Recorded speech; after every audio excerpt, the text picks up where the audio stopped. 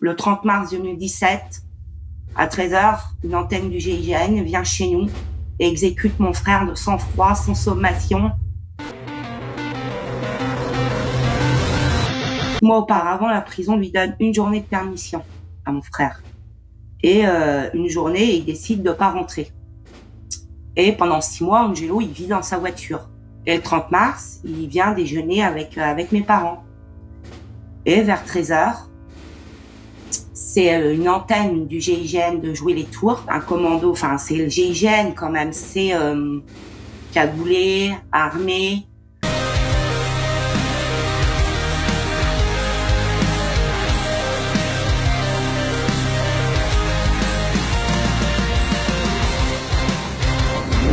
Et Angelo, il a juste le temps de se cacher. Ils ont mis toute ma famille, j'avais mon fils de 3 ans, ils ont mis toute ma famille à terre. Menottés dans le dos, mitraillette sur la tempe. Pendant la fouille aussi, ils ont été violents avec ma famille, quoi, tout le long. Ça a été fermez-la, fermez-la, fermez-la. Et ils ont fouillé les caravanes. On habite un corps de ferme. La maison. Et ils étaient prêts à repartir. Et Angelo, il fait un petit bruit dans la remise.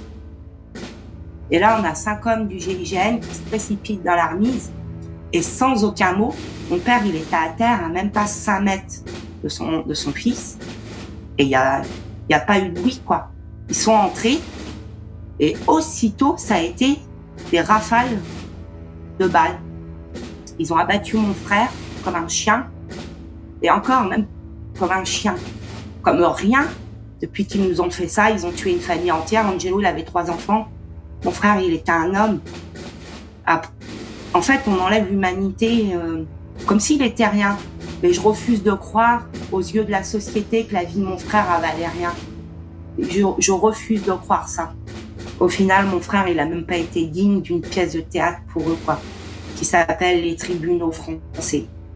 Mais même ça, il a pas eu le droit, Angelo. Un procès, quoi, simplement. Amis des tasses maternelles, en bonne compagnie, au poste en déplacement spécial, familial. Amis du café, bonjour. Amis des micros qui marchent, salut. Amis de la justice, hola. Amis du courage, eh ben vous êtes les bienvenus parce que je pense que nous allons prendre une leçon de courage avec Aurélie Garand dans quelques instants. Aurélie Garand, que j'ai eu le bonheur de croiser déjà à 2 reprises dans des débats. On en parlera, je pense, tout à l'heure. L'un lors d'un congrès du NPA, l'autre à Blois, chez elle, sur ses terres, pour la présentation d'un pays qui se tient sage, et je l'avais invitée. Aurélie est chez elle. Elle est en train de faire la décoration. Je crois qu'elle est en train de mettre des affiches de son frère abattu par 5 membres du GIGN en 2016 qui ont tiré sur son frère en cavale alors qu'il était chez ses parents dans une remise et qu'il n'a présenté aucun danger. Il a pris 5 balles, je crois, enfin je ne sais plus, dans le torse. Et Aurélie sort un livre d'une force inouïe, comme dit son éditeur, qui n'a pas peur des mots, et il a bien raison. Éditeur très favorablement connu de nos services, les éditions du bout de la ville. Le livre, c'est celui-ci, depuis qu'ils nous ont fait ça, que j'ai lu, évidemment, et que j'ai terminé, comme toujours. J'aime bien faire ça, c'est terminer les livres la veille de l'émission, quoi, pour être bien imprégné. Voilà. Comment vas-tu, Aurélie ? Ça va. Ça va bien. Quel plaisir, même si c'est pour parler d'une histoire terrible, tragique, que tu narres et que tu écris si bien dans ton livre, mais quand même c'est un plaisir renouvelé à chaque fois de converser avec toi, parce que tu es une leçon de courage, comme je le disais tout à l'heure pendant qu'on faisait les réglages. Ton frère en cavale a été abattu par le GIGN en 2017. On verra que tu n'es pas d'accord avec le terme en cavale. Il s'appelait Angelo, il est derrière toi sur les affiches. Un gars du voyage, comme on dit, un voyageur. Depuis la mort d'Angelo Garand, tu portes le combat de la vérité, avec des mots forts, avec des mots justes, terribles. Depuis qu'ils nous ont fait ça, tu parles de ta colère, de ta confiance, de tes méfiances, de ce qui se joue au niveau judiciaire, médiatique, politique et militant. Il y a une part très intéressante dans ton livre sur le militantisme autour des questions de police, de justice, etc. On va y venir. On n'est pas des chiens, on n'est pas des chiens, on n'est pas des merdes, on n'est pas des merdes, répètes-tu souvent. On prend enfin le café ensemble et ça me fait bien plaisir. Est-ce que tu as la force de raconter une nouvelle fois à ceux qui nous écoutent ce qui est arrivé le 30 mars 2017 ou pas? Oui. Alors, En fait, le 30 mars 2017, mon frère Angelo, il vivait pas chez nous. Angelo, il vivait dans sa voiture parce que 6 mois auparavant, il était incarcéré et il a eu une peine. C'est pour ça que je suis pas d'accord avec le terme évadé ou en cavale. 6 mois auparavant, la prison lui donne une journée de permission à mon frère et une journée, il décide de pas rentrer. Et pendant 6 mois, Angelo, il vit dans sa voiture et il passe nous voir, sa famille, de temps en temps. Et le 30 mars, il vient déjeuner avec mes parents. Et vers 13h, c'est une antenne du GIGN de Jouer les Tours qui intervient. Et Angelo, il a juste le temps de se cacher dans une petite remise à sa portée, comme ça, enfin, comme un instinct de survie, on va dire. Ouais. Juste se cacher. Et un commando, enfin, c'est le GIGN quand même, c'est cagoulé, armé. Il y a même un membre de ma famille qui a levé les mains et qui a cru à une attaque terroriste. Ce jour-là, vous êtes quoi? Vous êtes des terroristes? Enfin, ils sont entrés, Angelo s'est caché, ils ont mis toute ma famille. Il y avait mon fils de 3 ans. Ils ont mis toute ma famille à terre, menottés dans le dos, mitraillettes sur la tempe. Et ils ont fouillé les caravanes. On habite un corps de ferme. La maison. Et ils étaient prêts à repartir. Mais pendant la fouille aussi, ils ont été violents avec ma famille, quoi. Tout le long, ça a été fermez-la, fermez-la, fermez-la. À aucun moment, ils demandent, juste avant en fait, Angelo, après, ils étaient prêts à repartir. Et Angelo, il fait un petit bruit dans la remise. Et là, on a 5 hommes du GIGN qui se précipitent dans la remise. Et sans aucun mot, il y avait mon père, il était à terre, à même pas 5 mètres de son fils. Et il y a pas eu de bruit, quoi. Ils sont entrés. Et aussitôt, ça a été des rafales de balles. Après, ils ont pris ma famille et les ont mis hors de la vue de la scène de crime, en fait. Ils les ont mis sur le terrain, mais plus loin, pour pas qu'ils voient ce qui se passe. Enfin, il y a les tirs, ils ressortent, ils font les blessés et ils emmènent ma famille un peu plus loin. Et là, ils mettent ma famille à la lignée. Et en fait, Angelo, il est mort.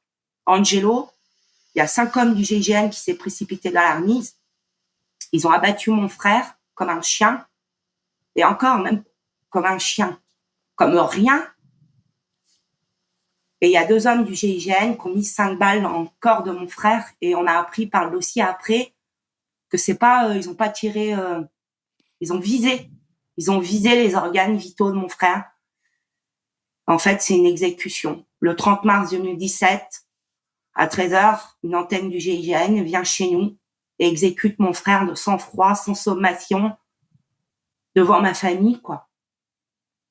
Et depuis qu'ils nous ont fait ça, ils ont tué une famille entière. Angelo, il avait 3 enfants. Mon frère, il était un homme. En fait, on enlève l'humanité comme s'il était rien. Parce que tout de suite, après, ça a été le traitement médiatique, on va peut-être y venir après, le Bien traitement sûr. médiatique judiciaire. Bien sûr. Le gitan en cavale, enfin, il est rien, Angelo, il est rien. Pour eux, il est rien. Mais je refuse de croire, aux yeux de la société, que la vie de mon frère a valé rien. Je refuse de croire ça.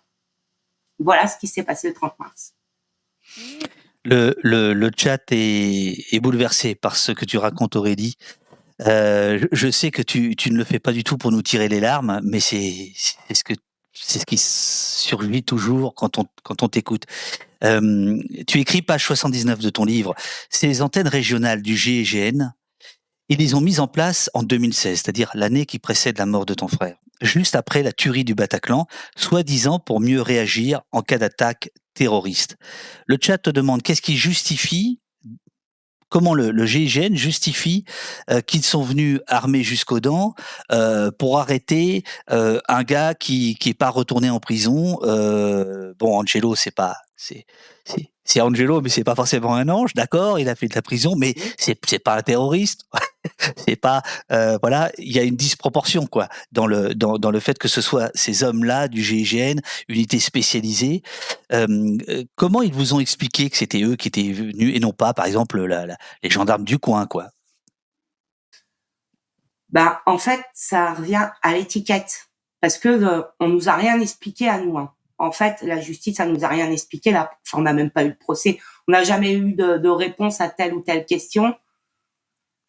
Ce qui justifie ça, bah, c'est l'étiquette des gens du voyage parce que en regardant dans le dossier de mon frère, même les tueurs, ils viennent. En fait, ils ont été mis. Pour moi, le GIGN, il a été mis en condition aussi. Le GIGN, il vient chez les gens du voyage. Il vient pour interpeller Angelo. La justice, avant, elle vend mon frère au tueur, au GIGN, en disant, bah déjà, c'est un gars du voyage. Attention, il est potentiellement armé, potentiellement dangereux, sous emprise de drogue dure. Hein, c'est un toxico. Enfin, c'est un gars, en fait, il faut des gros moyens pour l'interpeller. Mais en fait, ils ont donné une permission de sortie, quoi. C'est pour ça, dès le départ, c'est pas possible qu'on qualifie mon frère d'un type hyper dangereux pour tout le monde et que ça finisse comme ça. C'est pas possible. Mais pourtant, ils le font. J'explique aussi dans le livre, je raconte quand j'avais 10 ans, l'interpellation de mon père. Ah, il y a 20 ans plus tôt, quoi. Je voulais faire comme dans ton livre, c'est-à-dire Ouais. attendre 70 pages pour parler de ça. Mais vas-y, fais-le, parce qu'effectivement, c'est ça, je l'ai découvert dans ton livre. Ce qui t'est arrivé quand tu avais 10 ans avec ton propre père. Vas-y, tu peux nous raconter parce que ça explique Avec beaucoup de mon choses. père, en fait, pareil pour un cambriolage. J'avais 10 ans et un jour, je reste, je vois tout le monde qui part, hein, personne ne revient. Je sens mon père un peu inquiet. Je suis une enfant, je me promène sur le bord d'un chemin. Mon père vient me rejoindre. J'étais toute seule avec mon père, on vivait aussi à la campagne. Et là, dans un champ, c'est une armée noire d'hommes, cagoulés, armés jusqu'aux dents, qui se lèvent. Et ces hommes-là, en fait, c'est le GIGN. Et ils se lèvent et les mains en l'air ou voilà, mon père il a mis les mains en l'air. Enfin voilà, il a été interpellé. Quoi qu'il en soit, c'est le GIGN et le traitement médiatique, ça a été le même. Enfin le GIGN pour le gitan, enfin le GIGN c'est quand même l'élite en fait des forces de l'ordre. Et je me dis en fait le GIGN c'est un truc spécifique et avec l'étiquette de gens du voyage, ils nous voient comme vraiment des gens dangereux. Dangereux qu'en fait, il y a aucune dangerosité. Enfin, voilà ce qui s'est passé, en fait. Et il n'y a pas que... Il y a aussi Henri L'Enfant qui a été tué en 2018, Voilà. en septembre 2018. Il y a 20 ans, c'était le GIGN. Mais il y a eu les antennes créées en 2016. Angelo a été tué par une antenne du GIGN en 2017. En 2018, une autre antenne du GIGN tue Henri L'Enfant d'une balle dans la nuque. Henri L'Enfant, c'est un jeune de 23 ans, un père de famille de 2 petites filles, appartenant aussi à la communauté des gens du voyage. Le 28 septembre 2018, Henri L'Enfant meurt d'une balle dans la nuque par un gars de l'antenne du GIGN aussi. À propos de ton père, tu as cette phrase où tu expliques quand il me l'avait enlevé pour le foutre en tôle, page 76, ça avait été terrible. Je n'ai plus confiance à personne depuis qu'ils me l'ont pris. ça remonte peut-être à ça que je sois si peu sociable. Je savais bien qu'il avait fait une vraie bêtise, mais j'avais beaucoup de mal à supporter qu'il l'enferme si longtemps pour ça. J'ai grandi dans son absence. Voilà.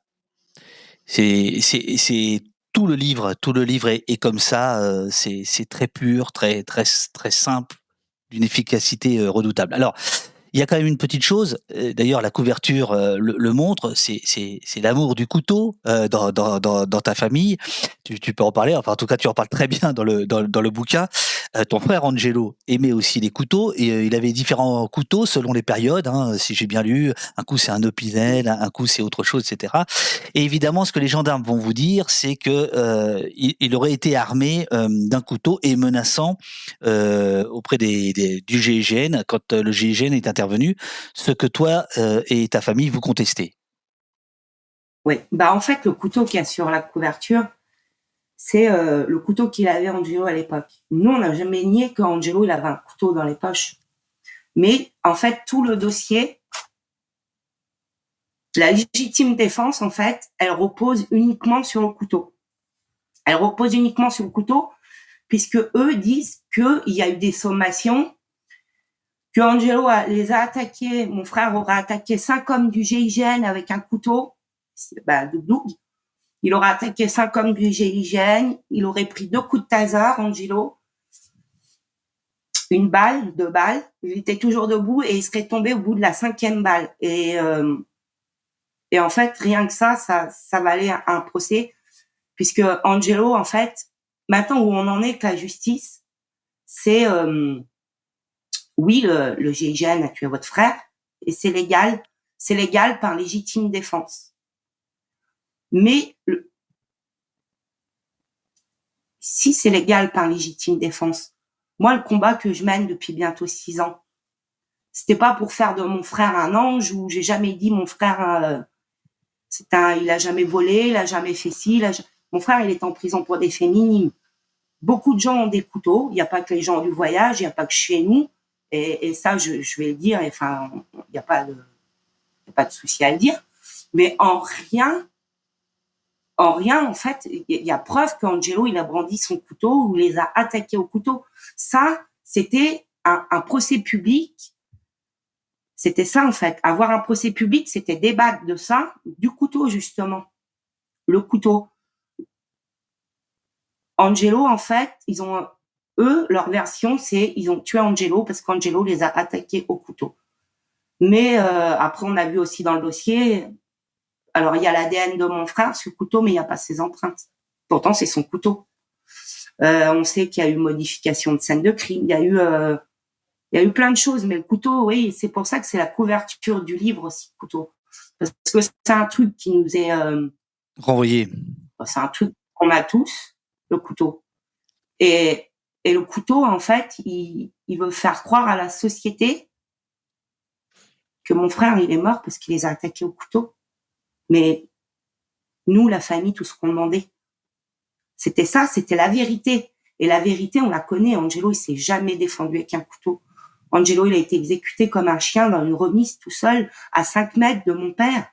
Mais ça, c'est un truc que jamais on va pardonner. On n'a pas eu justice, mais la vérité, on la connaît.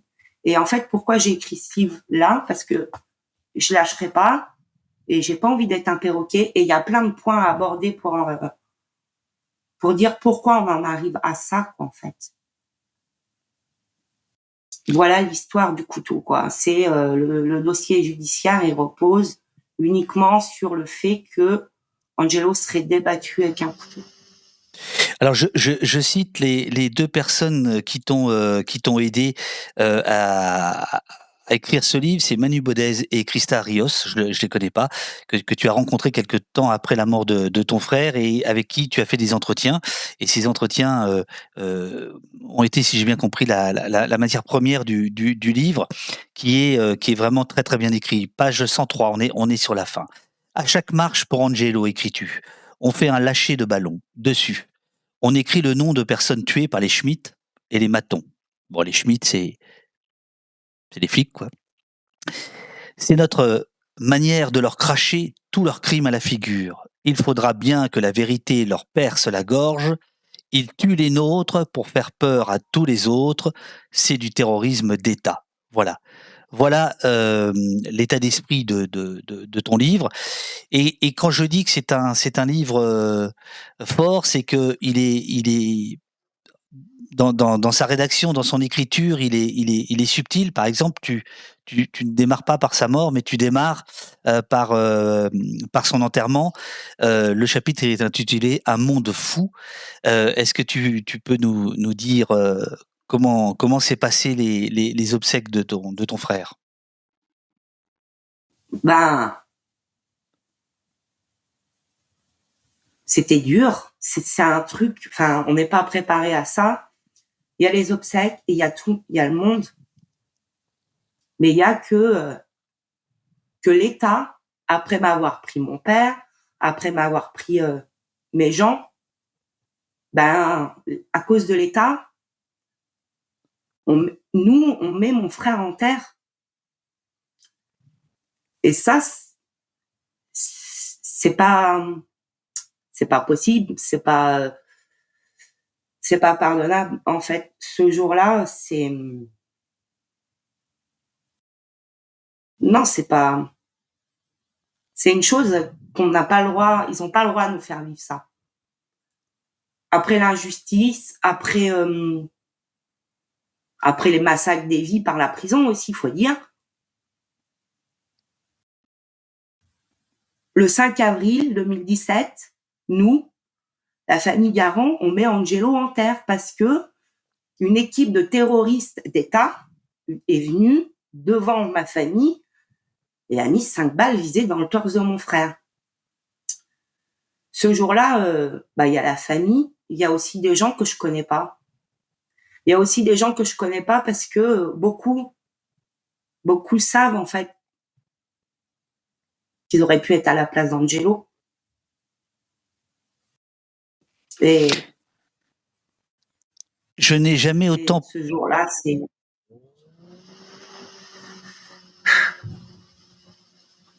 Je lis des passages, si tu veux bien. Ouais.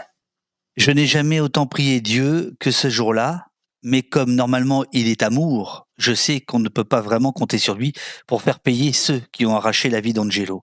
Alors le bon Dieu, il fera bien ce qu'il veut, mais ils le paieront d'une manière ou d'une autre. Et pour venger Angelo de la plus belle des manières, on ira là où il ne croyait pas nous trouver.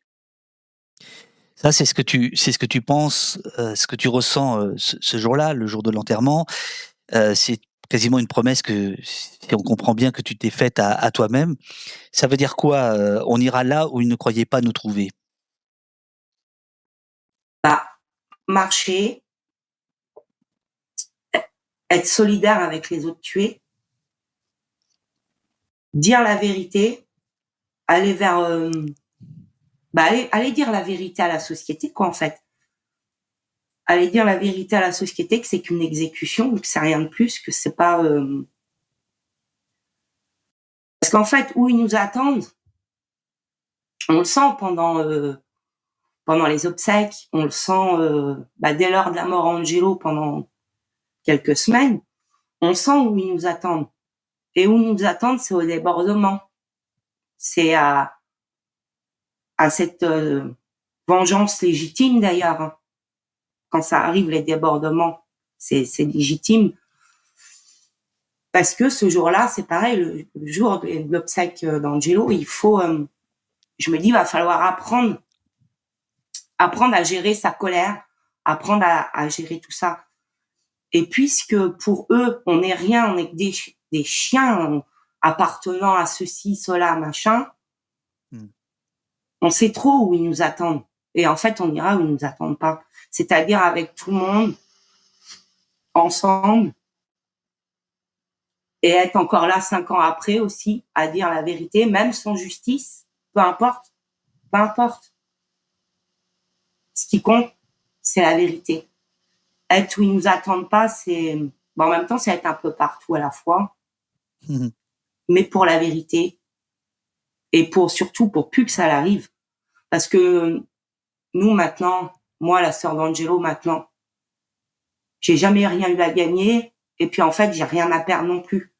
Aller où nous attendent pas, c'est aller écrire un livre. Le jour quand ils sont venus tuer Angelo, jamais ils auraient cru qu'on aurait marché. Jamais ils auraient cru qu'on aurait fait des communiqués. Jamais ils auraient cru que 5 ans après, on serait toujours là. Jamais ils auraient cru qu'il y aurait un livre d'écrit. Jamais ils auraient cru que Didier Fassin, le sociologue, il aurait fait un livre aussi, Mort d'un voyageur. D'un voyageur. Mmh. Jamais ils s'auraient imaginé ça. Et en fait, ça, dans la lutte, ils nous attendaient pas. C'est ça la vengeance. Alors justement, la justice, il faut dire ce qu'elle a fait, ou plus exactement en disant ce qu'elle a fait, ce qu'elle n'a pas fait. En septembre 2017, 2 tireurs présumés sont mis en examen pour violence volontaire avec arme ayant entraîné la mort sans intention de la donner. Ils prétendent que mon frère, écris-tu, les aurait attaqués avec son couteau. C'est ce qu'on a entendu à l'instant. Le 10 octobre 2018, la juge d'instruction de Blois, puisqu'on est dans la région de Blois, rend un non-lieu en faveur des accusés. L'avocate de notre famille fait appel. Le 7 février 2019, le non-lieu est confirmé par la Cour d'appel d'Orléans. Le 26 juin 2020, notre pourvoi est rejeté par la Cour de cassation. C'est-à-dire que la justice française a refusé d'étudier réellement les événements. On va appeler ça comme ça. Et de manière très rapide, par ailleurs. On va y venir. Donc aujourd'hui, vous avez épuisé toutes les voies, tous les recours judiciaires possibles en France. En revanche, vous êtes allé évidemment devant la Cour européenne des droits de l'homme, qui est une institution qui prend beaucoup de temps. Là, on n'a pas de nouvelles depuis la sortie du bouquin, par exemple. Non. Non, on sait que notre dossier il est recevable depuis décembre 2020. Oui. Et c'est tout, on attend. Mais de réclamer justice à la base, jamais j'aurais voulu en arriver là, quoi. Réclamer justice, c'était réclamer déjà un procès. Déjà, le premier non-lieu, en 2018, le premier non-lieu, en fait, il a été signé par la juge d'instruction, mais ça a été une nouvelle juge d'instruction qui a été nommée courant de l'été. En fait, le premier non-lieu, il est signé d'une juge qui a même pas instruit le dossier, en fait. Le premier non-lieu, il suit les réquisitions du procureur. Après, on appelle. En fait, chaque année, la justice elle a enterré un peu plus le dossier d'Angelo pour qu'on n'aille pas de procès. Après, on appelle, ils ont appliqué pour la première fois l'article de loi L435-1. Et après, en cassation, ils n'ont pas examiné notre pourvoi. Ils ont fait un pourvoi rejeté. Comme ça, la justice, elle n'a pas eu à motiver le rejet. En fait, le pourvoi en cassation, il n'a pas été examiné, il a été balayé, poubelle. Et maintenant, on est à la CEDH. Alors, si Angelo, il aurait vraiment attaqué les gendarmes du GIGN avec son couteau, je suis persuadée que ça aurait fait tout un tapage médiatique. Je suis persuadée que le procès ne serait pas traîné pour qu'on l'aille. Et tout ce qui va avec, quoi. Mais au final, mon frère, il a même pas été digne d'une pièce de théâtre pour eux, quoi, qui s'appelle Les Tribunaux français. Mais on a la vérité et on continue pour la vérité, quoi. Il n'y avait... Voilà ce qu'elle a fait, la justice. La justice, elle a massacré Angelo de son vivant. Et même après sa mort, on a voulu qu'ils reconnaissent que, déjà qu'ils mentent pas, la première des choses. Mais même ça, il a pas eu le droit, Angelo. Un procès, quoi. Simplement. Chaque année, ils l'ont massacré un peu plus. Il n'y avait vraiment rien de naturel, écris-tu, pour nous, à demander justice. Entre guillemets, demander justice. Moins on la voit, leur justice, et mieux on se porte. Mais on était déterminés à les battre sur leur propre terrain. Nous aussi, on est censé y avoir droit après tout. On n'est pas des merdes. Mais ce que tu vas comprendre, c'est que judiciairement, c'est comme ça qu'on vous considère en fait. Vous n'avez pas droit à la justice. Quand on s'est lancé dans la lutte pour un procès, écris-tu, je ne pensais pas qu'ils allaient nous balayer si vite. Et ça, je trouve que c'est important. Bien souvent, l'État essaie d'avoir les proches à l'usure, avec la longueur des procédures, l'argent que ça coûte, le besoin de reprendre sa vie normale. Il compte sur notre découragement. Je m'étais préparé à ça. Mais pour Angelo, ils l'ont joué autrement. Tout a été bâclé en l'espace de 3 ans. En effet, c'est très surprenant quand on lit l'ouvrage, la rapidité avec laquelle, en fait, tout ça est classé et enterré.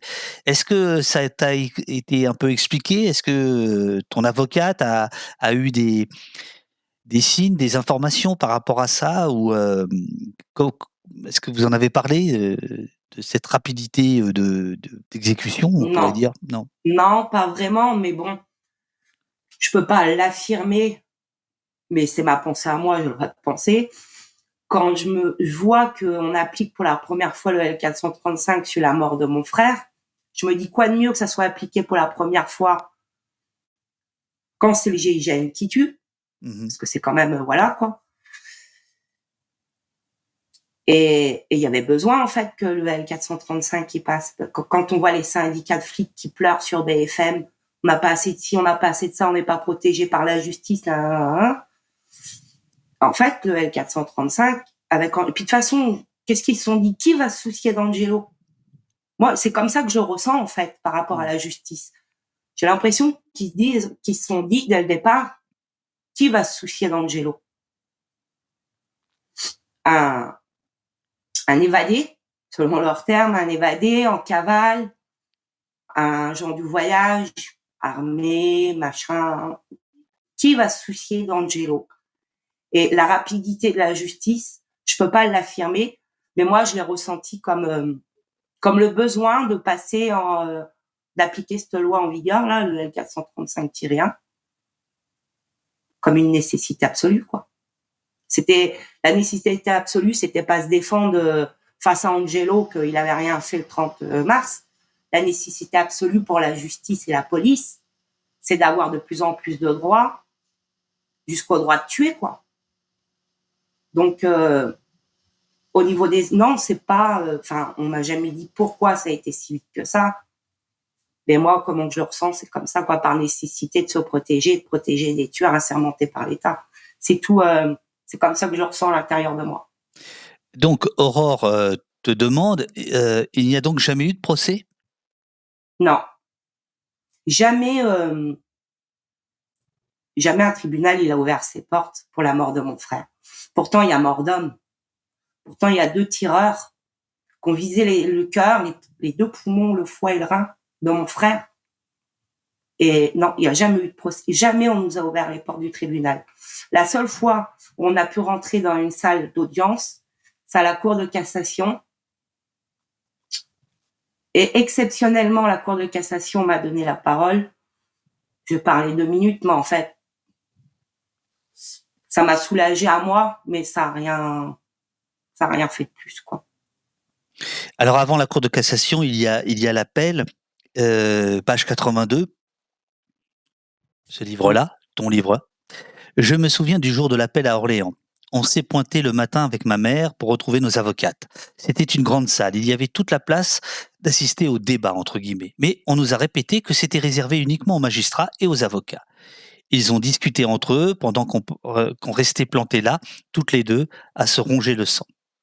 D'un coup, on a vu sortir l'avocat des gendarmes du GIGN, avec un air confiant, content de lui. Il nous a regardés de haut, on était assises, en rigolant. Nos avocates nous ont raconté qu'il a lu un tract de notre collectif à l'audience, avant de lâcher « C'est pas possible, ça. C'est les avocats qui montent la tête à la famille. » Comme pour dire qu'on n'était pas foutus de défendre nos morts et de réfléchir par nous-mêmes.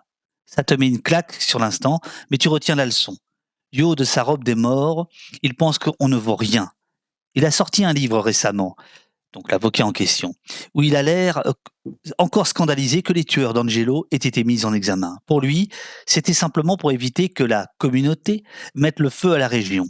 Il n'a toujours pas compris qu'on a plus d'ambition que ça. La chose à brûler, c'est leur machine judiciaire qui méprise nos vies et fabrique de l'injustice. Ouais. Parce que eux, les tueurs, Ils ont des avocats, en fait, spéciaux et ils sont jamais contents. Et en fait, là, on voit aussi le mépris qu'on peut avoir envers Angelo, ma famille, pour dire c'est pas possible que la famille puisse faire ça. Pourquoi que c'est pas possible? Pourquoi que c'est pas possible que nous on dise simplement la vérité, quoi? Parce que sur les tracts, c'est ça aussi lutter, c'est aller dans la rue et dire pourquoi son frère, enfin comment son frère a été tué, quoi. Bien sûr, bien Et sûr. nous on serait pas capable, selon un avocat de l'État, on serait pas capable de penser ça. Et ça, ouais, c'était important de le dire. C'était important de le dire. Et en même temps, ben, ça prouve que du coup, on est là où ils nous attendent pas non plus, puisque les tracts, on les a écrits nous-mêmes, quoi. Il suffit de te voir 2 minutes pour comprendre que t'as besoin de personne. Ça, c'est clair. Ça, c'est clair. Bien sûr. Et Angelo, il était comme moi. Il était, Angelo, il était vachement ouvert d'esprit. Il aimait tout le monde. Enfin, c'était pas, oui, il a commis des vols. Enfin, je dirais jamais que mon frère c'était un ange, mais c'était pas un monstre, mon frère. Il avait des enfants, il avait une vie. Et voilà quoi, en fait. C'est quand il voit, j'espère qu'en fait, il voit aussi Angelo. Angelo, il était, moi, je suis comme Angelo. Enfin, il était pareil, quoi. Il n'y a pas de. Alors c'est aussi évidemment un livre sur ta famille, sur ta, comment on pourrait dire, ta culture. Tu cites à un moment donné les travaux de William Hacker qu'on avait reçu il y a 2 ans au Poste, qui a fait ce travail extraordinaire de recension des aires des gens du voyage qui sont réservées à sous l'autoroute, à côté de cimetières, à côté d'usines pétrochimiques, à côté de terrains de motocross, de choses comme ça. Je dis tout ça de mémoire. C'est aussi un livre sur votre vie et sur comment le regard des autres qui est porté sur vous, puisque tu remontes loin, tu remontes, c'est un livre court mais dense, tu remontes aussi à l'école, et des gens qui, pensant bien faire, foutent la merde en fait, et d'autres qui pensent pas bien faire. Quelle était ton idée derrière tout ça? Derrière tout quoi. De raconter ça. Bah l'idée, c'est déjà de dire la vérité et de faire voir à la société le traitement qui est réservé aux gens du voyage, quoi, en fait. Mmh. D'ailleurs, William Hacker, le bouquin, il montre bien que le traitement qu'on subit de l'État, c'est pas que nous qui le dit, c'est une trajectoire de vie, c'est comment on nous traite. Et voilà quoi, ça c'est important de le dire parce que je vais encore en revenir à la justice. Mais vous savez quand notre pourvoi en cassation il a été non examiné, la justice elle est rendue au nom du peuple français. Mmh. Et ça je refuse de croire ça. C'est hors de question. Il y a l'État et il y a le peuple français. Et parler de tout ça, comment on nous traite à l'école, en fait ça fait partie aussi de l'État. Comment l'État il nous traite à ce moment-là. Et comment l'État il nous traite, on doit le dire dans la société. Parce que quand on dit l'impunité crée des monstres, déjà a créé des tueurs en première ligne chez les flics, et l'impunité a créé des monstres, parce que nous, on aurait pu très bien rester chez nous, et au contraire, en vouloir à la terre entière. En vouloir au peuple français auquel le nom la justice allait rendu. Et ça, non. Je refuse de croire ça. Et c'est pour ça qu'il fallait montrer que, en fait, comment l'État nous traite, c'est pas d'aujourd'hui, quoi. Ça a toujours été. Bien sûr. Il y a 2 jours, je crois, ou hier, je sais plus, il y a un homme politique, alors je sais plus de quel truc, qui a comparé les débats à l'Assemblée nationale à un camp de gitans, quelque chose comme ça. Qu'est-ce que j'aimerais bien Qu'est-ce que j'aimerais bien qu'on soit que nous à l'Assemblée nationale. Qu'est-ce que j'aimerais bien. Ça se passerait sûrement pas comme c'est en train de se passer là. C'est vrai, en fait, à l'Assemblée nationale, en ce moment, ils font les singes. Mais sauf que nous, on n'est pas des singes. C'est ça qu'il a pas compris, l'élu, quoi. Parce que si on serait nous à l'Assemblée nationale, bah déjà, on écouterait les gens, pour commencer. On serait sûrement moins sauvages que nos politiciens. Bah, en fait, je rigole, mais Non, bien sûr. bah, quand j'ai vu ça, j'ai rigolé. Mais n'empêche, ça en dit long sur Oui, bien sûr. sur le politique. Comment le politique il voit la communauté des gens du voyage, quoi. Ou les gitans, enfin, ça en dit long. Et là, on en revient encore de ce que je parle dans le livre, l'étiquette. L'étiquette, parce que ça serait que des gitans qui seraient à l'Assemblée, bah, ça ressemblerait à ce que ça ressemble maintenant. Non, déjà, ça serait beaucoup plus civilisé que ça l'est là. Hein. Mais, ouais, dans un premier temps, ça fait sourire. Mais en 2 secondes après, non, on sourit plus parce que Bien sûr, on en oui. revient, voilà, à ce que le politicien, comment l'étiquette, comment il nous voit, comment, voilà, comment on est vu. Pimico dans le chat nous dit c'est Hervé Marseille qui l'a dit à Christophe Barbier sur Radio J. Oui, je crois que ça devait être quelque chose comme. Enfin bref, je sais plus quand c'était, c'est qu'importe. Mais on note quand même qu'il y a des gens qui montent au créneau pour dire non, mais attendez, c'est du racisme, quoi. C'est du racisme, une phrase pareille. Et puis voilà. Alors, je reviens à Angelo, je reviens à la justice. Il y a quelqu'un qui a tous tes honneurs, c'est le procureur de la République de Blois. Tu écris à plusieurs moments sur lui, et notamment page 15, tu parles de lui, et il te dit, tu écris, le procureur, après nos dépositions, le procureur est revenu nous voir. Donc c'est au tout début de l'affaire. Il s'est tapé dans les mains. Et il vous dit « Toutes mes condoléances. Je vous annonce le décès de Garant Angelo. Par ailleurs, j'espère qu'il n'y aura pas de débordement. » Bah moi, j'étais pas là. C'est à mes parents qu'il a osé faire ça. C'est ça, tes parents. Oh, c'est à mes parents. Et déjà, dès que je retrouve mes parents vers 17h, ils me disent ça. Et 2010, en fait, 2010, on sait ce que c'est. 2010, c'est Luigi Duquesne qui a battu par un gendarme aussi. Et il y avait eu ce qu'ils appellent des débordements. Et là, en même temps, on voit aussi les véhicules de gendarmerie. On voit en fait que c'est là qu'ils nous attendent. Mmh. Et là, déjà, c'est un mépris envers Luigi, c'est un mépris envers la communauté de dire « j'espère que ça fera pas comme en 2010 ». En 2010, faut pas oublier qu'un gendarme, il a tué un jeune. Voilà ce que c'est 2010. C'est pas les débordements à Saint-Aignan, machin, c'est qu'il y a un homme qui est mort par un gendarme. Et déjà là, on sent, déjà mes parents, mais on sent où la justice, ça veut aller, et on sent où ils nous attendent, quoi. Voilà, le procureur, il a tout de suite été dans son rôle de procureur, quoi, en fait. Il y a une phrase dont tu dis, une phrase du procureur dont tu dis qu'elle est restée aggravée dans ta mémoire. C'est laquelle? C'est ça. Quand il dit toutes mes condoléances, quand il dit à mes parents toutes mes condoléances, je vous annonce le décès de Garangelo. J'espère que ça ne fera pas comme en 2010. Et c'est aussi quand je le vois sur France 3, en train de dire nous ferons en sorte que la vérité judiciaire éclate.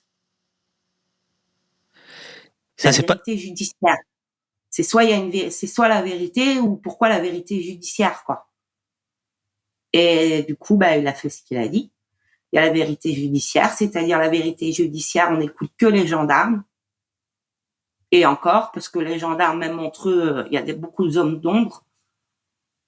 Et on leur donne carte blanche, quoi. C'est ça, le procureur de Blois. Le procureur de Blois, il est déjà en train de 2 jours après, et on le voit sur France 3, le lendemain, donc je le vois sur France 3, en train de parler de mon frère, que mon frère, il aurait, déjà, voilà, il s'aurait débattu avec un couteau. Angelo, brandissait un couteau en faisant des gestes circulaires du niveau de la tête, du haut du cou. Déjà, même lui, quand il parle, c'est même pas compréhensif, ça tient même pas debout. Et il finit comme ça. De toute façon, on fera en sorte que la vérité judiciaire soit rendue. Voilà, la vérité judiciaire. Pour moi, écris-tu page 33, ça sonne comme un aveu, cette phrase. Nous ferons en sorte que toute la vérité judiciaire éclate. Pour moi, ça sonne comme un aveu. Il y a la vérité d'un côté et leur vérité judiciaire de l'autre. Tu évoques aussi un fait récurrent qui est de salir la victime. Qu'est-ce que la presse a relayé? Ça, je crois qu'il faut en parler, évidemment, parce que ça revient à plusieurs reprises. Les titres, maintenant qu'on a bien l'histoire en tête, si tu peux te remémorer les titres qui orientent totalement la lecture à la fois de l'article et des faits, salir la victime, c'est quoi exactement? Bah déjà, le titre, c'est un gitan en cavale abattu. Voilà. Un gitan en cavale. L'homme sous emprise de drogue. Angelo, la légitime défense avec son couteau. Ça, c'est faux. Donc, évidemment que ouais, c'est manquer de respect à mon frère de mentir comme ça. Ils étaient pas là, on prend pas en considération la parole de ma famille qui était là. Moi, j'étais pas là le jour-là. Même j'étais pas là, il y aurait pas eu ma famille, je sais qu'Angelo aurait pas fait ça. Mais d'autant plus qu'il y a ma famille, je sais qu'ils sont entrés, ils l'ont tué direct. Le gitan en cavale, toxico, voilà. C'est prisonnier, voilà, comme il y a rien de salissant à avoir fait de la prison, mais la façon dont c'est dit, en fait, c'est prisonnier, en cavale, délinquant, multirécidiviste. On apprend aussi par les journaux, Angelo avait raison de pas rentrer. Je n'en veux pas. Hein. J'en veux pas du tout. Parce qu'Angelo m'avait dit, je sais qu'il y a d'autres peines qui vont tomber. Et en fait, dans les journaux, j'ai appris que même lui, il savait pas. Au mois de janvier, il avait pris 4 ans. Donc, ouais, c'est salir la victime de tout ça. Hein. C'est insultant, voilà, c'est comme ça. C'est Angelo, il est rien pour eux. Il est rien pour eux, mais médiatiquement, quand on parle comme ça de mon frère, c'est qu'on veut faire croire aux autres qu'il est rien. Et là, ça, c'est pareil, c'est une chose qui m'a dévastée et qui fait ma force aujourd'hui, c'est de raconter tout un tas de choses qui sont fausses sur mon frère. Alors, à cette occasion, tu vas commencer à rencontrer d'autres collectifs. Vous allez d'abord faire une marche, j'en ai parlé tout à l'heure. Et c'est là où tu vas comprendre qu'il y a des similitudes dans les drames qui vous frappent. Est-ce que tu peux raconter comment c'est venu cette solidarité entre sœurs? On va parler évidemment du rôle des femmes là-dedans, mais d'abord voilà comment ça arrive? Comment on est en connexion d'un collectif à l'autre? Comment ça se passe?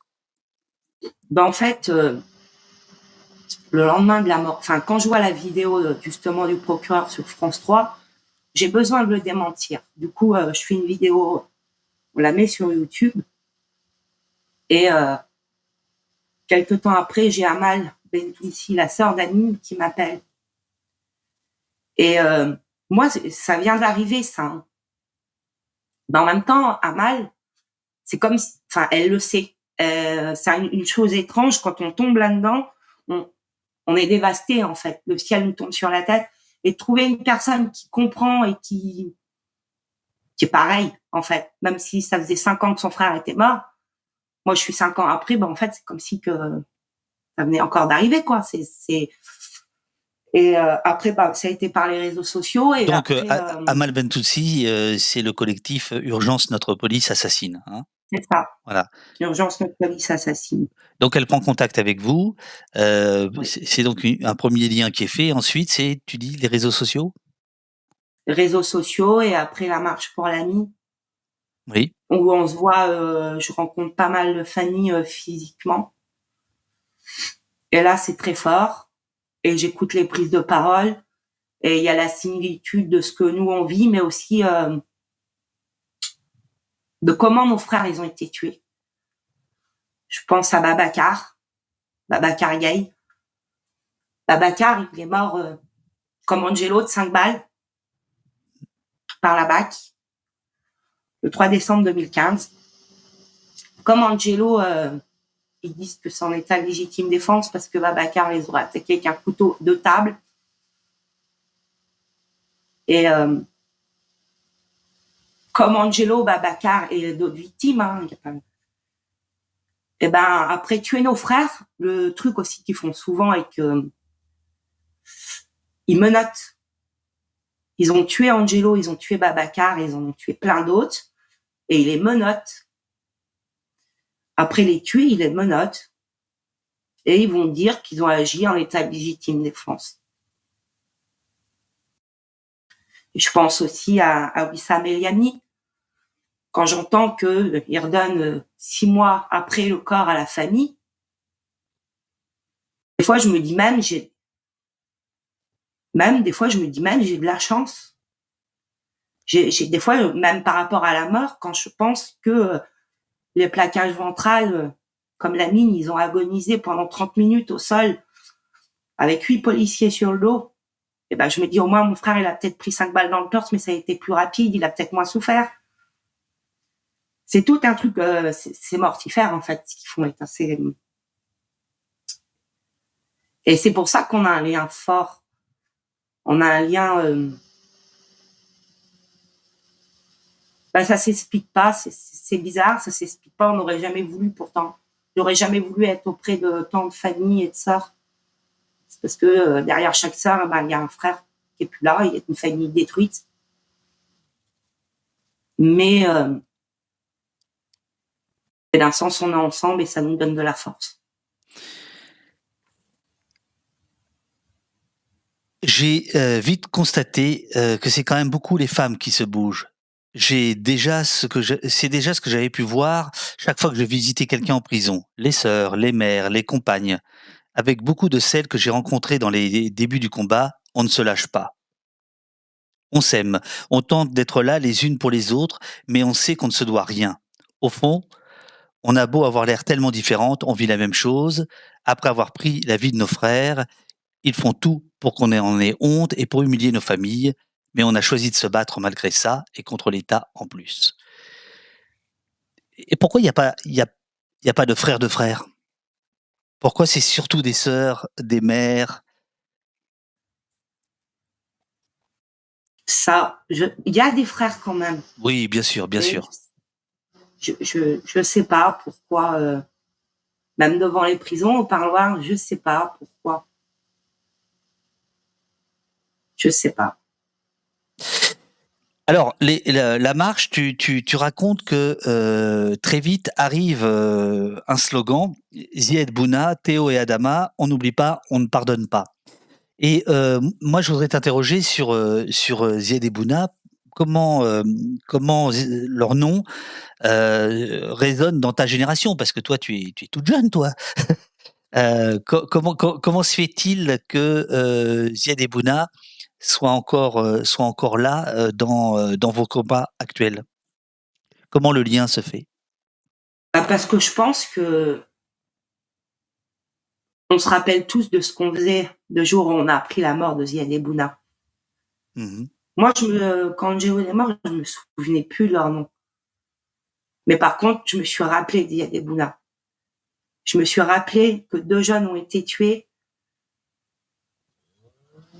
et que ça a tué beaucoup de personnes autour, en fait. Comment on s'en rappelle? On s'en rappelle parce qu'on se rappelle de ce qu'on faisait ce jour-là. Je sais pas comment, mais et après, on sait qu'il y a eu des marches, il y a eu des choses. On sait que Ziad et Bouna, ils n'ont pas mérité de mourir. Et en fait, je pense que Ziad et Bouna, ils feront partie de nos pas jusqu'à notre mort, quoi. Et même après, ce sera nos enfants qui parleront encore de Ziad et Bouna. Il faut rappeler Guédébouna, 27 octobre 2005, Clichy-sous-Bois, contrôle d'identité dont ils veulent échapper parce que c'est Ramadan, ils veulent rentrer chez eux avant la nuit tombée, et ils vont être coursés par des policiers, et ils vont enjamber le grillage d'une centrale EDF, et ils vont mourir brûlés vifs. Et Muhittin, qui était le troisième, lui aura des séquelles à vie. Il est toujours en vie. Et effectivement, leur mort va donner lieu, va être le point de départ de 3 semaines de soulèvement populaire des quartiers, comme l'avaient écrit les renseignements généraux, ou d'émeutes, comme on dit plus couramment. Voilà, c'était en 2005, c'était il y a presque 20 ans. Alors, je dois te dire que dans ton livre, ton franc-parler, il est partout, y compris à l'intérieur. Alors non, d'abord, attends, avant de parler de ça, je m'en mêle les pinceaux. Tu as une forme d'honnêteté, puisque tu dis, avant, pour moi, les manifestants, donc les marches, hein, étaient juste des fouilles-merdes qui défilaient dans la rue avec des drapeaux.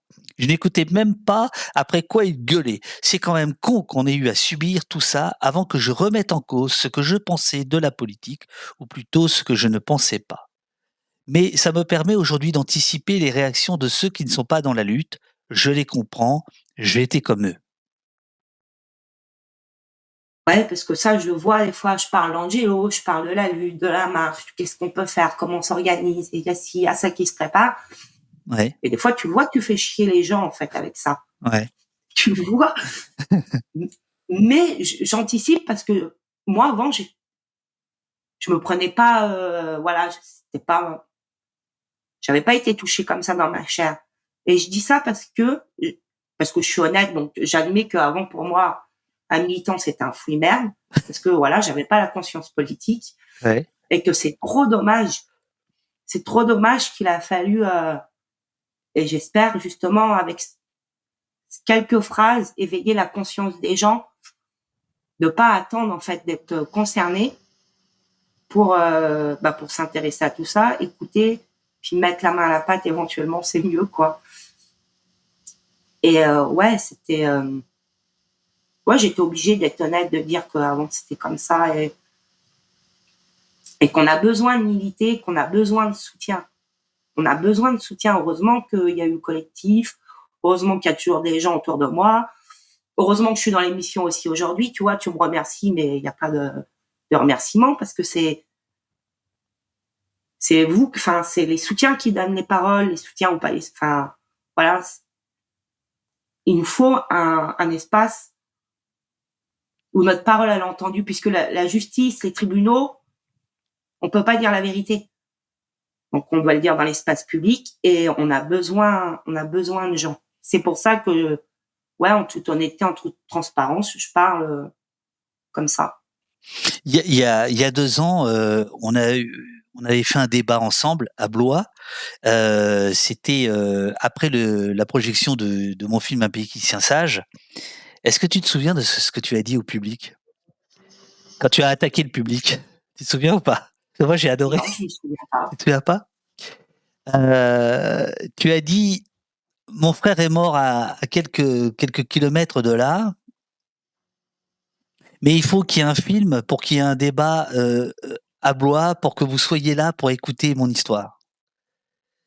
Et moi, j'avais trouvé ça très fort. Alors évidemment, tu reprochais pas aux gens qui étaient là, parce que mais il y avait dans cette déclaration, il y avait quelque chose de très fort contre l'inertie, contre l'indifférence, et tu avais ressenti ça, quoi. Tu avais ressenti ça à ce moment-là. Est-ce que c'est toujours le cas ou pas? Est-ce que tu dois Oui, tout... ah bah oui, ça n'a pas changé. Il y a toujours pas plus de gens qui se mobilisent sur la cause. Il y a toujours, enfin, c'est toujours au même point. En même temps, je veux pas crier, mais on habite des fois des villes, ouais, aux abords des villes où c'est mort, quoi. C'est mort, ces questions-là, c'est mort. Je parle pas que pour les militants, puisque les militants, ils sont là depuis des années. Mais ce qu'il faut, c'est récupérer, qu'il y ait des gens lambda qui se mettent à militer ou être là, ou pas spécialement se déplacer quand il y a un pays qui se tient sage en compagnie de David Dufresne. Voilà quoi. Et si le film il existe, c'est aussi pour pour faire de la matière, bien sûr, pour qu'on se bouge en fait, pour qu'on se bouge, pour qu'on soit il y a un maximum de monde. Et non, c'est toujours pareil, Blanc. Ça n'a pas changé. Alors, dans ton livre, très tôt, page 24, tu émets quand même quelques réserves.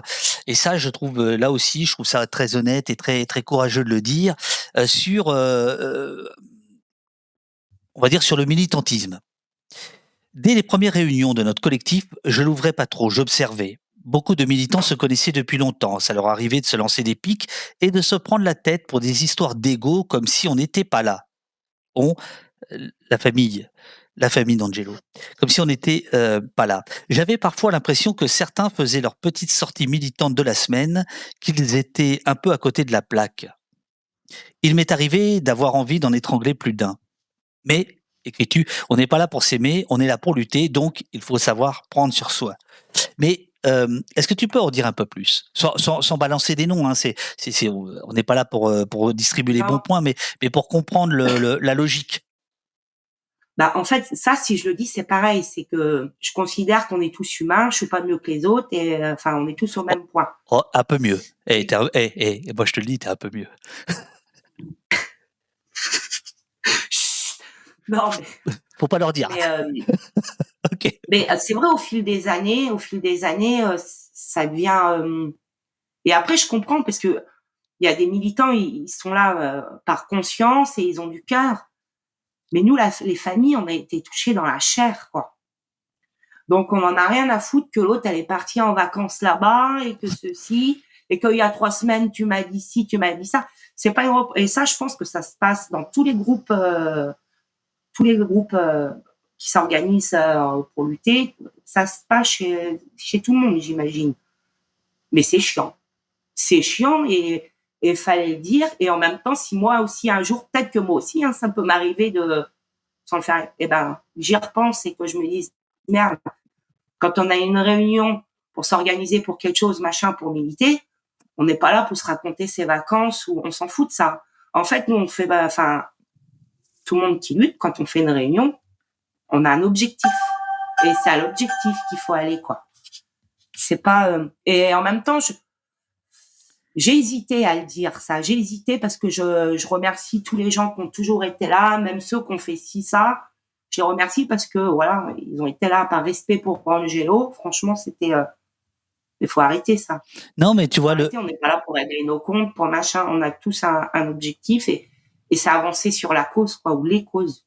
Ça a avancé. On est là pour avancer, on n'est pas là pour, Le chat te donne raison. Là, si je lis Philippe Poulpe, c'est tellement vrai. Et moi, je peux te dire que de lire ça si tôt dans le bouquin, hein, page 24, c'est vraiment très tôt. Au contraire, ça m'a incité à continuer la lecture parce que je me suis dit, là, il y a montrer ses faiblesses, c'est quelque chose de fort, quoi. Et donc, je me suis dit, voilà, là, on est dans un exercice d'honnêteté intellectuelle, et donc j'ai envie de continuer, tu vois, plutôt que d'être toujours là dans un discours extrêmement souverain et sûr de lui. Et voilà. Et c'est un secret de Polichinelle que de dire qu'il y a aussi des dissensions stratégiques entre certains collectifs, etc. Et c'est bien aussi de mettre un peu les choses sur la table de temps en temps, quoi. Voilà. Mais je comprends que tu aies que tu aies hésité. Là, on t'entend. Désolé. Ouais, je t'en prie. Oui, on était sur Raymond, grande famille de forains, dont l'histoire va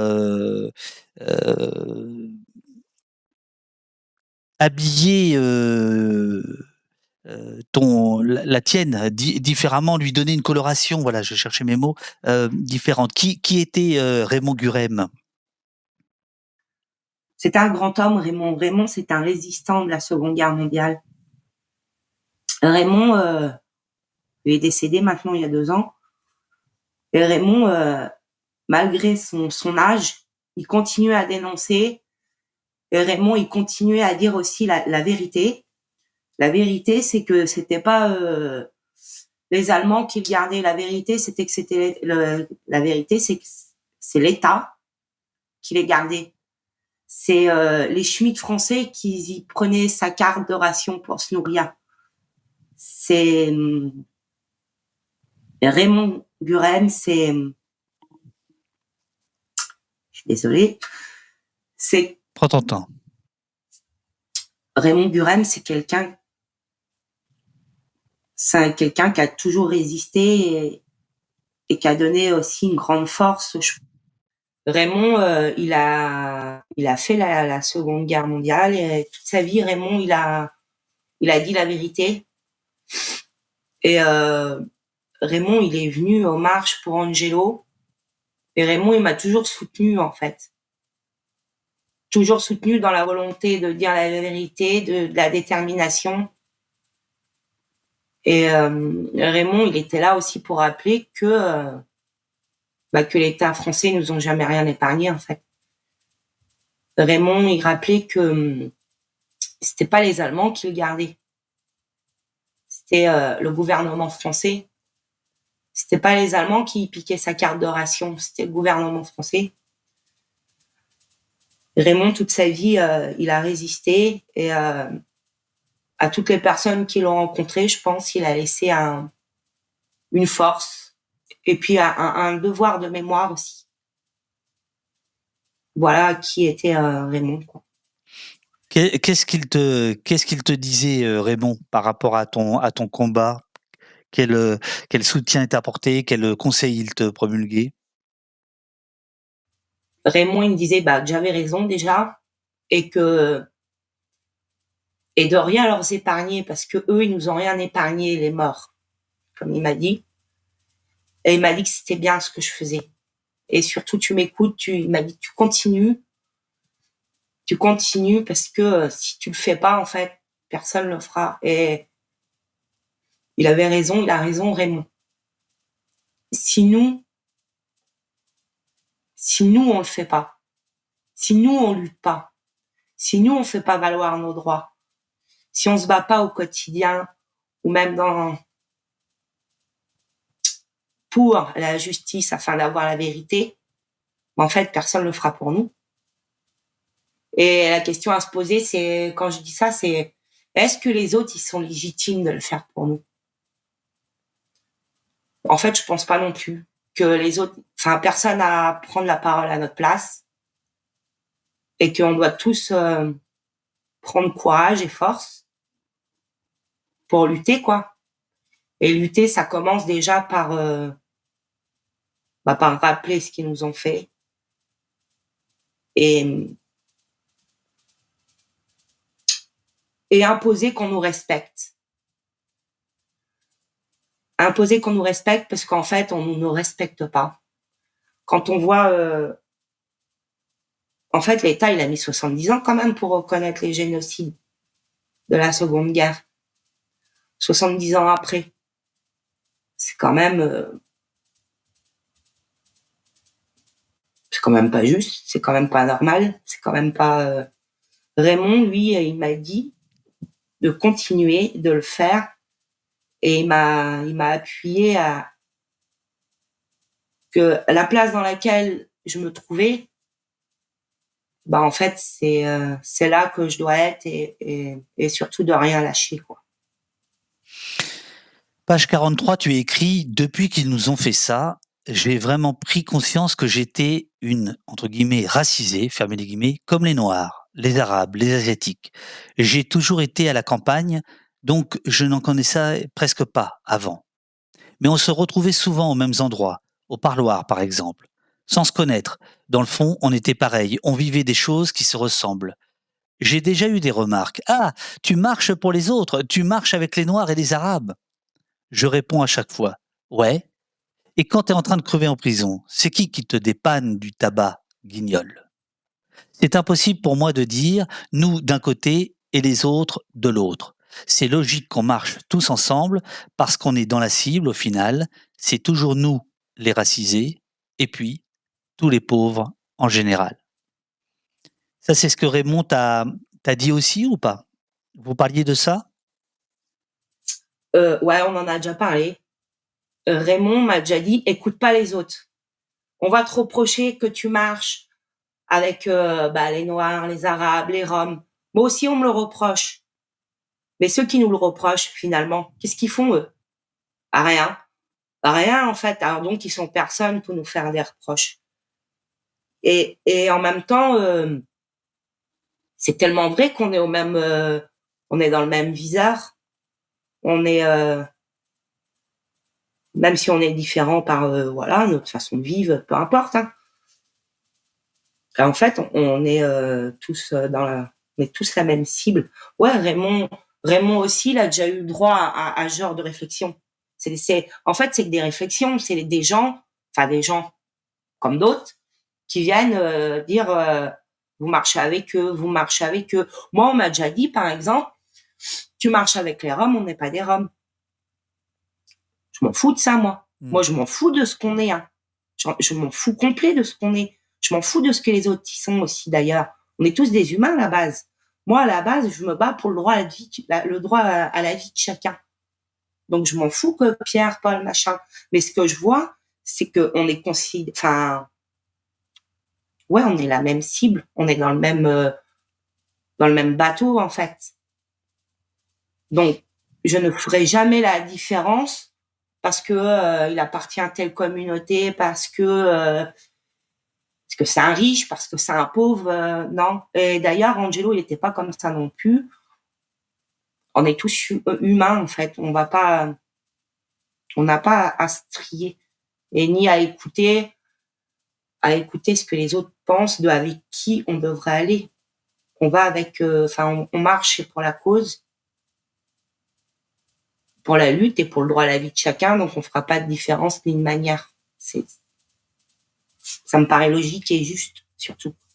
Roland, dans le chat, écrit « Sale voleur, cassez-vous ».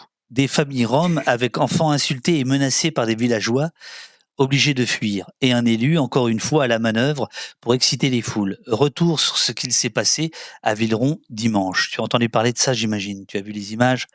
Non. Tu n'as pas vu ça? J'ai pas vu ça. Je suis passée à côté de ça. Bon. Mais en même temps, quand j'entends ça, ça m'étonne pas, en fait. Ça m'étonne pas. C'est que ça s'est encore répété. C'est ça.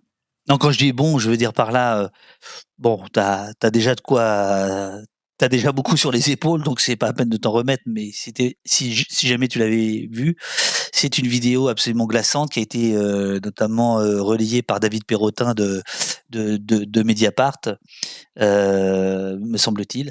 Mais en tout cas, voilà, c'est quelque chose d'assez, totalement, enfin de terrible. Violent. Voilà, de violent. Alors en fait, de violent, on veut, de ce que j'entends là, de toute façon, ce qui s'est passé là, ça s'est déjà passé. On veut jeter des gens, on méprise des gens parce qu'ils appartiennent à une catégorie de personnes ou à une communauté, ou des fois on met des gens dans une communauté qui n'y appartiennent pas. Mais il faut respecter tout le monde. Tant que l'humain ne respectera pas tout le monde, enfin surtout les politiques, on en sera toujours là en fait. Sylvie te demande, si ce n'est pas indiscret, comment s'en remettent les petits? Que ce soit ton fils qui était présent le jour du drame, que ce soit les enfants d'Angelo. Si c'est indiscret, on trouve une autre question. Et sinon, voilà. Moi, mes enfants, j'en parle souvent. C'est Angelo, la lutte, enfin tout ça, c'est pas tabou. Et il me semble qu'ils vont plutôt bien. Les enfants d'Angelo, ils ont l'air d'aller plutôt bien aussi, mais en fait, dans le fond, c'est pas notre faute, c'est pas la mienne, mais dans le fond, on s'en remettra jamais. On a beau dire que ça va aller, ça va aller, c'est sûr, ça va aller. Mais ce qu'on nous a pris, parce qu'au-delà de nous avoir pris à Angelo, il y a tout le mensonge qui va derrière. Comment bien se reconstruire ou bien vivre, je ne sais pas. Il semble que tout le monde, je vais pas dire va bien, mais essaye de vivre. Ça, je le dis souvent, faut s'imaginer qu'en fait, ouais, on vit, mais on essaye plutôt de vivre. On essaye de vivre comme tout le monde maintenant, après un traumatisme pareil. Je pense que les enfants d'Angelo,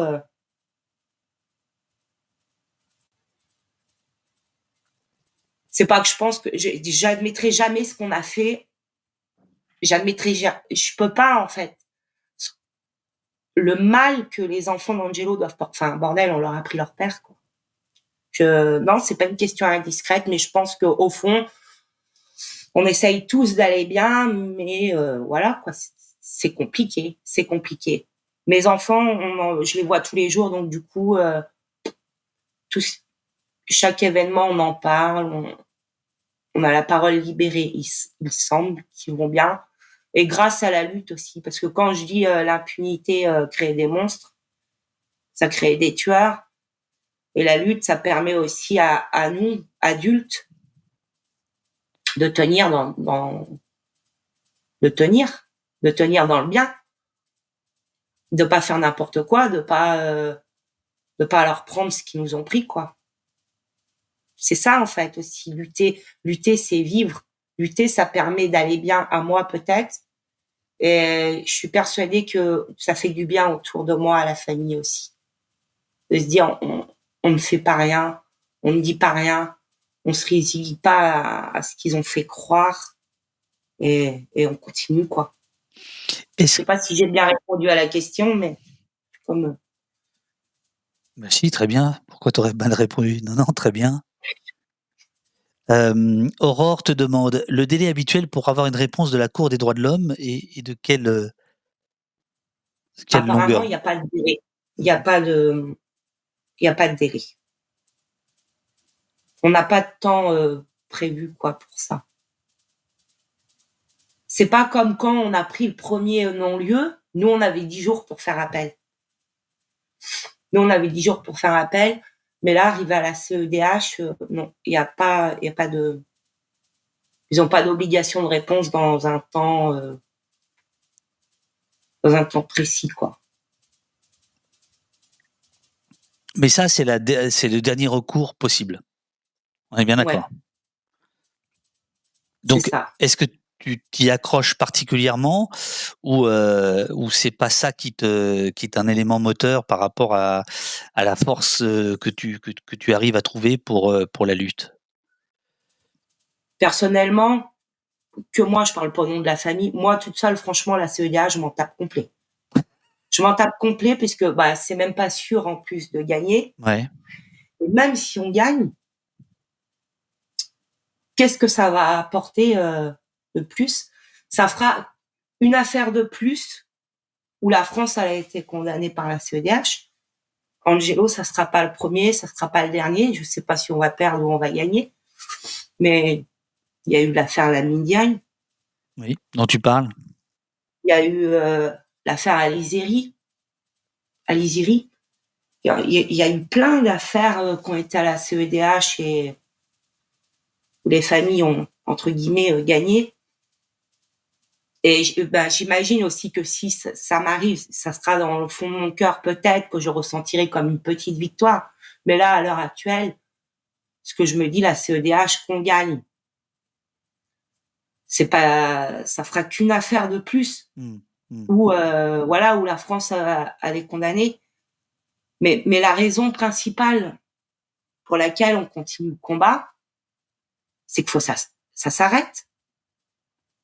Le seul but, en fait, c'est qu'il n'y ait plus de meurtre comme ça, quoi. C'est ça le but. Et est-ce que si la France elle est condamnée par la CEDH dans l'affaire d'Angelo, est-ce que ça va faire bouger les choses? Je pense pas, non, en fait, ça changera rien. Voilà pour la CEDH. Donne la Papa te demande de qui viennent ce genre d'ordre? Du préfet concernant le fait que ce soit le GIGN qui soit intervenu le 30 mars 2017. Franchement, j'en ai aucune idée de qui ça vient. Aucune idée. Ça doit venir certainement des préfets, mais aussi des procureurs, des juges d'application des peines. Je sais que le tribunal de Poitiers,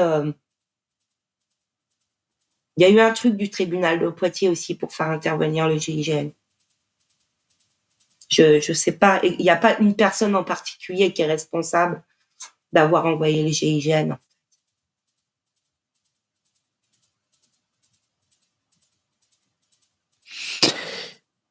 Quelle merveille tu es, Aurélie, te dit Maca dans le chat. Sentier Battant, bonjour Aurélie. Alors Sentier Battant, il fait du placement de produits, c'est sa grande spécialité. Je suis Kamel Daoudi, non je déconne. Je suis Kamel Daoudi et je suis fier que ton livre figure dans la même collection publiée par les éditions du Bout de la Ville. Ces paroles que beaucoup considèrent comme illégitimes doivent être entendues et participer à une lutte commune pour la dignité de chacun et de chacune. Donc c'est Sentier Battant, ton co-auteur. En fait, Aurélie, aujourd'hui, il se passe un truc étrange, c'est qu'il y a très peu de questions dans le chat et il y a des explications qui sont données. Par exemple, par Veste, qui dit « Pas de questions, beaucoup d'émotions devant le témoignage d'Aurélie ». Ça permet de mettre en lien cette histoire avec toutes les autres émissions sur ce sujet. Il y a Mésange Pictavienne aussi qui dit « Quelle émotion d'entendre Aurélie ». Des gens tout à l'heure disaient qu'ils avaient envie de vomir en écoutant, non pas ce que en t'écoutant toi, mais en écoutant ce que tu racontais, oui. bien sûr, que les larmes montaient chez certains. Oui, on écoute en silence, dit à l'instant Renan. Courage pour votre dignité. Vous avez amplement raison de ne pas vous laisser faire, te dit Liolo. Voilà, Melko, lui, te dit qu'il n'y a pas de délai à la CDEH, mais s'ils mettent trop de temps, on peut demander des réparations pour méconnaissance du droit à un procès équitable. Ce n'est pas une solution, mais bon.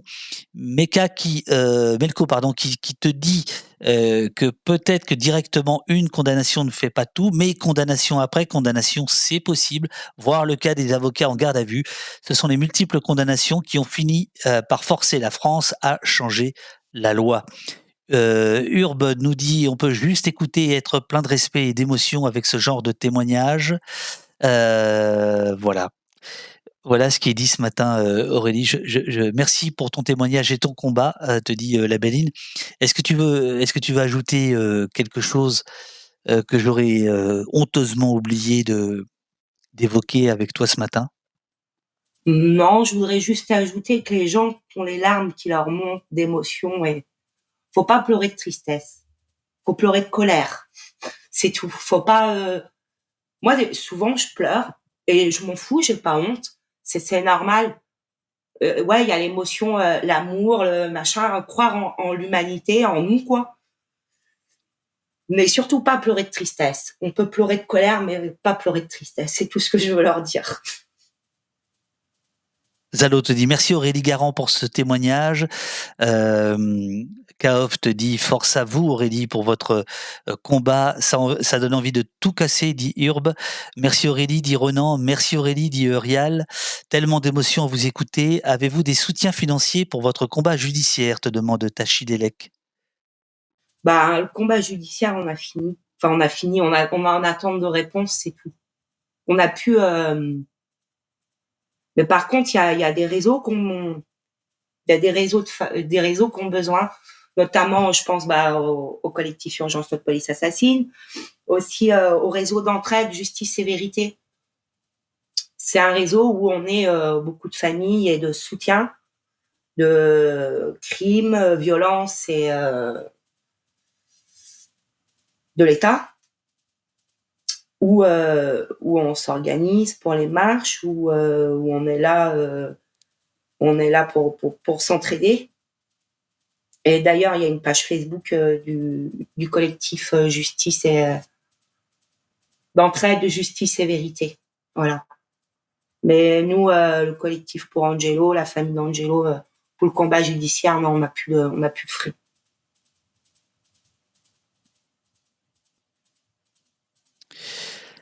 Force à vous, force à tous ceux en lutte, dit Melko. Bravo pour ce témoignage d'une grande dignité, nous dit Badass. Sentier Battant évoque l'article de CQF2 qui est sorti là il y a quelques jours avec un portrait d'Aurélie. Oui, de colère, nous dit Aurore. On est en colère devant l'injustice. Force à vous, Aurélie. Merci Didier Deneuve. Je ne sais pas trop quoi dire, si ce n'est courage. Force à vous tous et à toutes, car cette colère est contenue et tellement admirable, dit Roland. Merci Aurélie, n'abandonnez pas votre combat. Merci pour votre courage, te dit Pimi. Merci Aurélie pour cet entretien, nous dit Sentier Battant. Force à toi et à tous les tiens. Merci, te dit Monsieur ZD. Un énorme merci. Et oui, pour la colère, te dit Mes Anges. Rencontre avec Aurélie Garand autour de son livre Depuis qu'ils nous ont fait ça. Sentier Battant met le lien de Paris Lutte Info. Comme ça, vous avez toutes les coordonnées, l'heure et tout ça. J'imagine que tu signeras le bouquin, qu'il y aura des bouquins sur place et qu'il y aura les copains des éditions du bout de la ville. Voilà, merci beaucoup Aurélie. Je suis désolé des petits problèmes techniques qu'on a rencontrés, mais ça n'a rien enlevé à la force de ton témoignage et à l'importance qu'on doit lui accorder à l'écouter. Voilà, on va remonter l'émission, hein, Urial, t'es d'accord? Tu enlèves tous les pains et les abonnés d'Opost.fr auront une meilleure version replay que ceux de Twitch. Voilà, merci beaucoup Divest, merci Diliolo, voilà, merci beaucoup Aurélie. Si tu veux ajouter quelque chose, c'est le moment. Sinon, je te dis à très bientôt. Pas à demain, parce que là, je suis loin. Veux-tu ajouter quelque chose? Merci à toi, merci à tous ceux qui ont écouté, merci à tous ceux qui luttent, qui soutiennent de près ou de loin, et on continue, on lâche rien, surtout, faut surtout pas lâcher. Là, c'est ce qu'on a dit. Et puis, voilà. Merci tout le monde. Merci à toi. Et il y a une surprise dans le livre, c'est que très tard, il y a une photo, je dis pas laquelle, et c'est, je sais pas qui a eu l'idée de mettre cette photo si tard, si c'est toi, si c'est les éditeurs, mais en tout cas, c'est extrêmement efficace. Et je remercie aussi la maison d'édition quand même au passage. Sacrée maison d'édition. Il faut toujours remercier les producteurs. Ça, c'est extrêmement important, Aurélie. Ça, c'est extrêmement important. Ouais, non, mais ils savent, c'est pas de la lèche. C'est sincère. Ils le savent. Et j'imagine évidemment que on l'a peut-être moins évoqué que dans ton livre, mais il y a toute une partie de réflexion sur l'incarcération, sur le monde carcéral, qui est évidemment raccord avec ce que les éditions du bout de la ville peuvent publier par ailleurs, quoi. Voilà. Je sais pas s'ils étaient là aujourd'hui dans le chat ou ailleurs, mais j'imagine qu'ils verront la rediffusion. Aurélie, je t'embrasse. Merci infiniment d'avoir pris le temps de t'être battue avec ton ordinateur pour pouvoir te connecter le mieux possible. Tu es une des invitées qui est arrivée le plus tôt pour tester. Hein. Tu es arrivée une demi-heure avant. Ça montre quand même ta détermination, quoi.